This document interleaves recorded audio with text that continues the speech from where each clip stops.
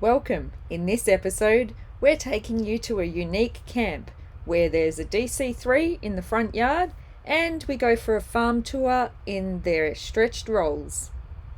Plus, I make fig jam out of the figs that they don't use.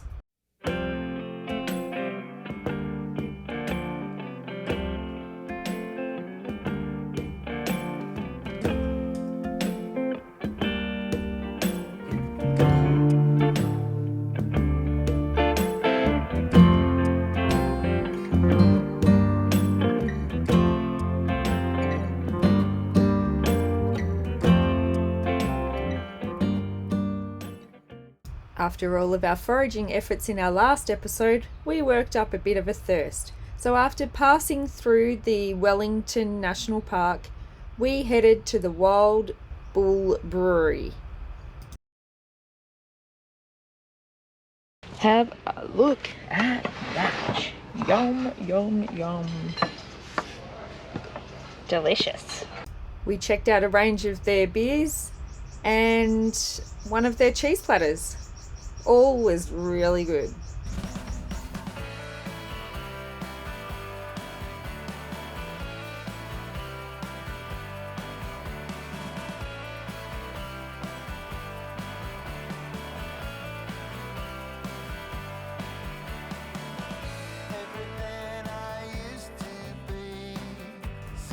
And once we'd finished, I discovered that you can actually get your beer canned for takeaway.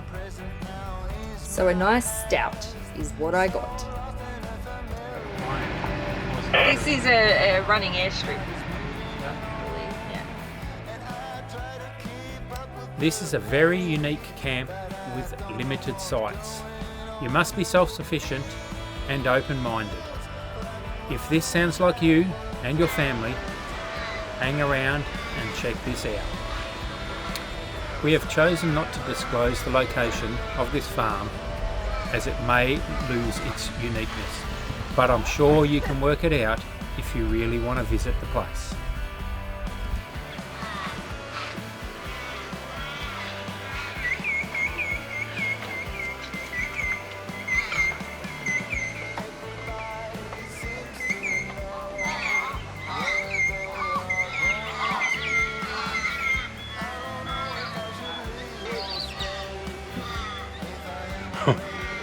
It's a little bit corroded.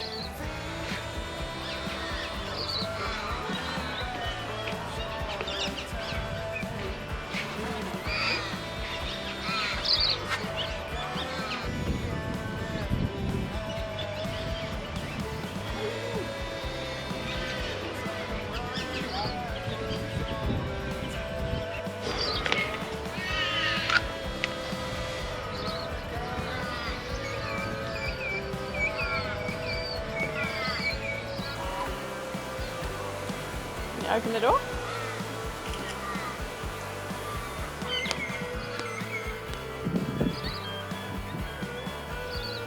So, who's coming? Who's coming?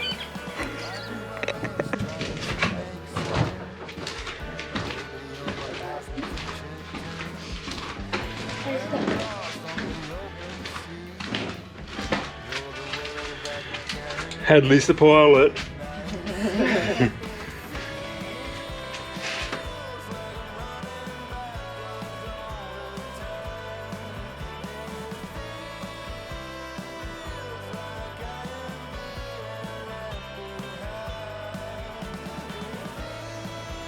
Wow. Imagine crashing in it.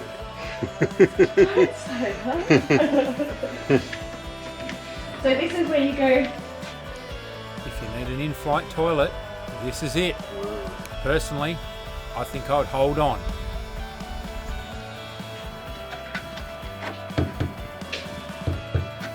Just perspex windows.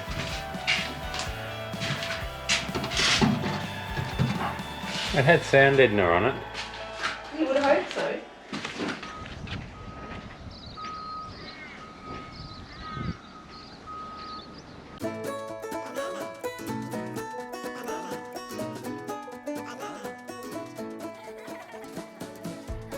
It's got its own little, like its own being. touched on them. Because they eat their tails and don't know when to Do they? Not they don't, the others do. And that one just went into the shot to show what a normal tail looks like. You shouldn't make fun of it. It might have a complex about its little tail.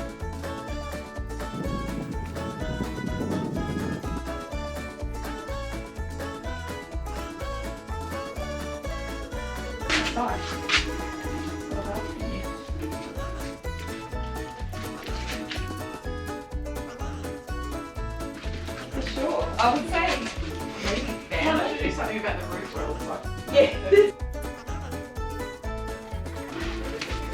Oh, it's a bit musty today.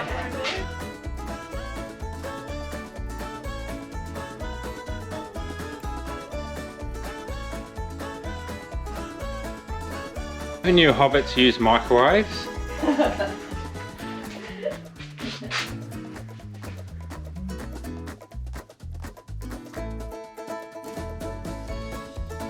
When you think you've just had enough at the farm, you can head down the road with the kids to the Crooked Carrot, because definitely for sure, Cobar loved hanging out with his new mate Bo. By the way, it's a free adventure park for the kids, and the adults love the food.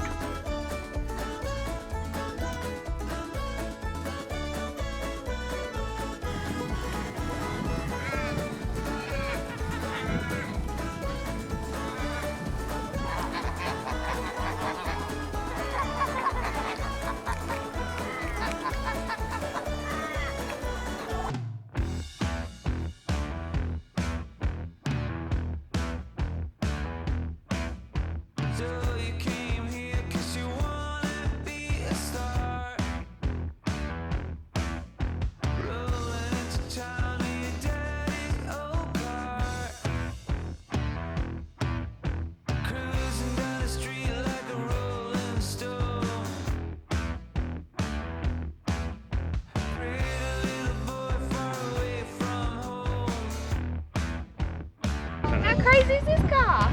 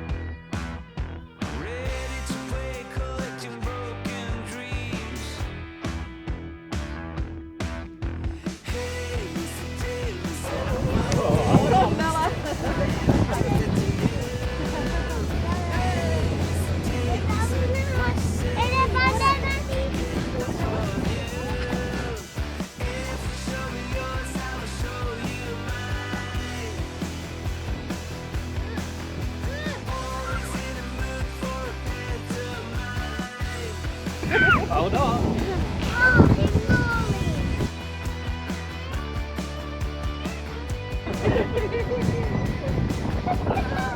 They're fun, girls. We're very lucky to go for a ride, aren't we? Very lucky. I thought you said fancy. Sightseeing in a Rolls. Hell, we're lucky.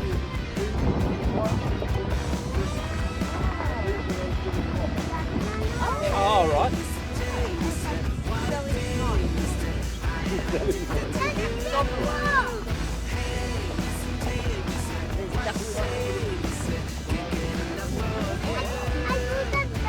your luck with the mark.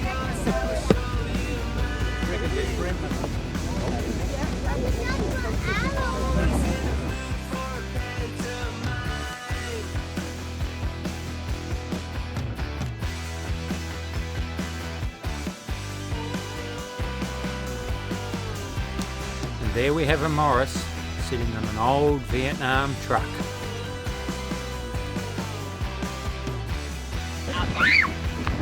That's squeal. The squid.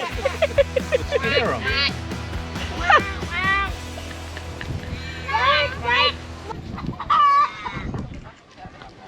Alright, who's going to get bitten first?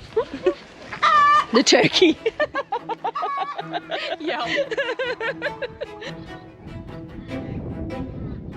What we have here is 160,000 tonne of split wood.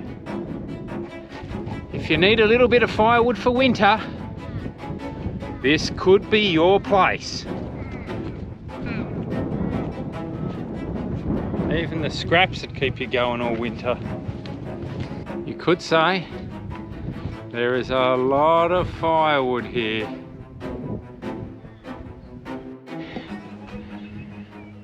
This is one of the cutting and splitting machines. Self-feeds the wood in. They load it with the front end loader. Cuts it to length.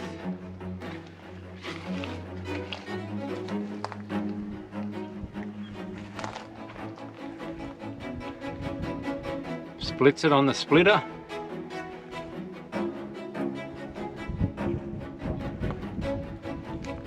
And up the conveyor. Done. Each one of these piles weighs about 64 tonne when it's done. So I'm assuming about 64 cubic metres. Apart from the firewood, they also make concrete blocks, or I don't know what you want to call them. Sandstone look-alike blocks. So Blair was telling me how this machine works. So basically it's like a seeder, but instead of dropping seeds, it drops block after block after block and creates this, which then dries, and each block is 250 kilos. Out of control. That's what this place is. Out of control. Yeah, so that same machine, they've set it to different sizes. So I guess these are 125 kilos. Yeah, I guess so. Different colours. Different shapes. So apart from the quarry, apart from the wood, apart from the concrete blocks, they also have all their own meat processing for themselves, vehicles, hot rods. Unbelievable That is an aeroplane engine. rebuild. Yep. Look at it. I can't remember what he said about it. That is a scalder, and then a skinner hair remover for pigs. They've also got a chicken plucker that plucks in 4 minutes. If you go too far, there's no chicken left. Oh my gosh. I don't even know what this is.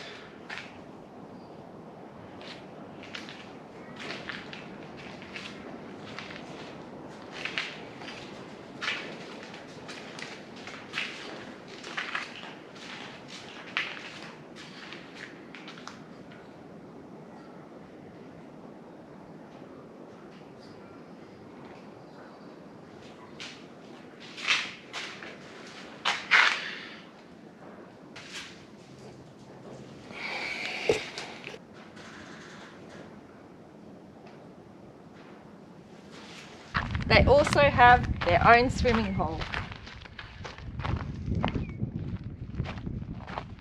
Why not? one of the limestone quarries that they dug. Wow. So basically, Blair doesn't come and swim here unless it's 55 degrees. So he never has. But apparently lots of people swim. Looks lovely. Guess that's a, look at the palm trees they had planted around it. It makes me want to swim right now. And Okay, let's go and have a look at the real stuff.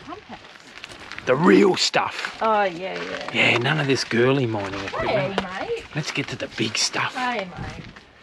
No little tippers. That's just crap. We want big stuff. What do you do on your Sunday afternoon? Walk around a mine? Super interesting, yeah. But we did travel around in a Rolls Royce. We did. And 4x4 across some... 4x2. Okay, 4x2 in a Rolls Royce. Rolls Royce, which is not a normal thing.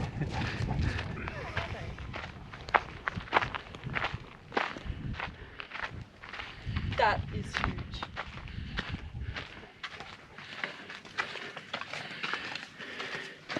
Pee on the wheel, Cobra. You can do it. You can do it. It's big, but you can do it. Yeah, there's a bit of money there. Each tyre, $9,000 a tyre. There are your crushers and screeners. That's a crusher in the background.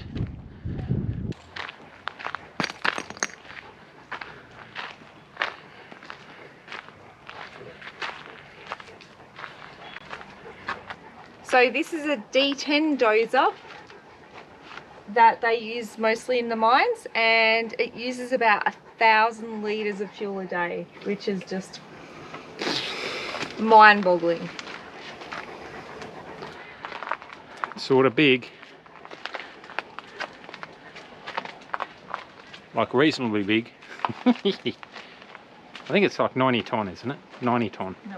That is where we drove the Rolls Royce up through here. So we went off-roading in the Rolls to check out the dozer and the mine. What do you reckon about that, Cobra?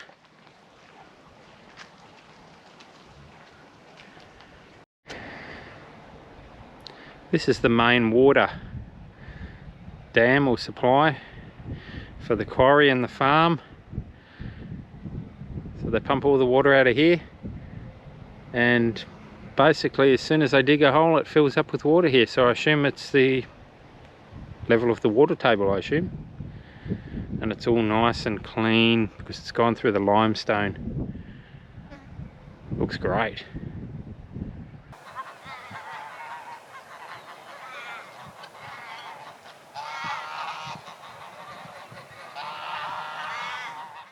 Okay, so this morning I am going to make fig jam.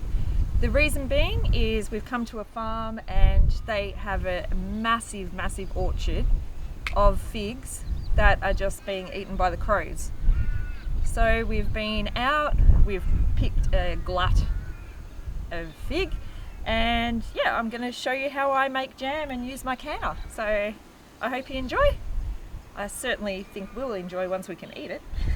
Okay, so we need 2.27 kilos of figs.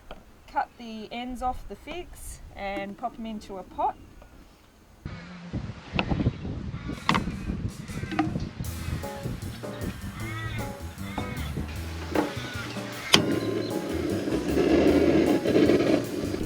So turning this on, it's to sterilise the jars.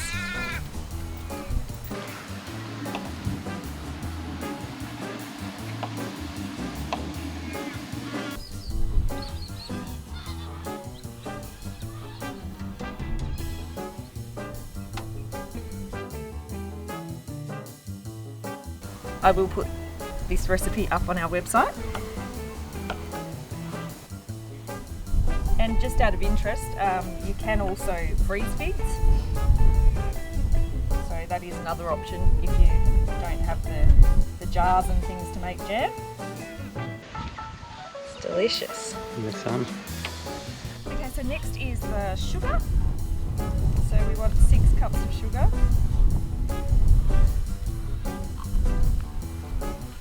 And a quarter of a cup of lemon juice, which is the pectin, but I have also used the jam sugar,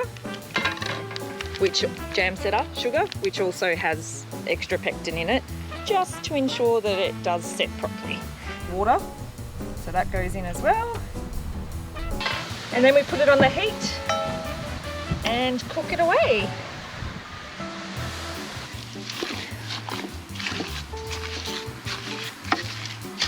So we just wait, we combine all this through, and yeah, it'll sort of become a liquid,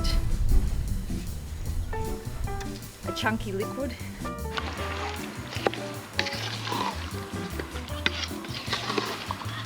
Can you make fig ice cream? Oh, That'd be something else too. probably could. Well, I'm sure you could make a sorbet. Yeah, I'm sure you could make a sorbet. I wouldn't, yeah, I'm not sure about ice cream. Can you make fig bacon and eggs? Oh, yeah, it's called Canadian something or other. And you use fig, bacon, and I think it's maple syrup on a waffle. Yeah. That's a lot. That is a lot, that one, isn't it?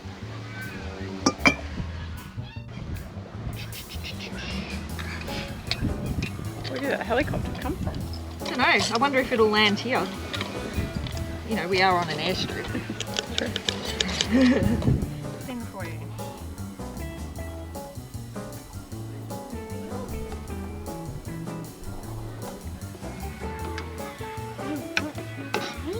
Well, this is only half. We haven't even used half. There's lots. Right. Put them back in the water. Why do you need to put them back in the water when they have jam in it? To make sure that they seal. Geez, that's a lot of jam. Oh, you can put it on ice cream.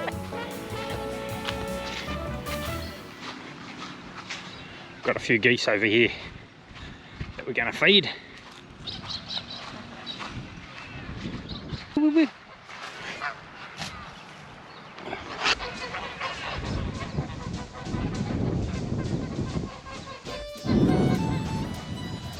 It's Chook and Geese Island, and they even built their own little house out of stone.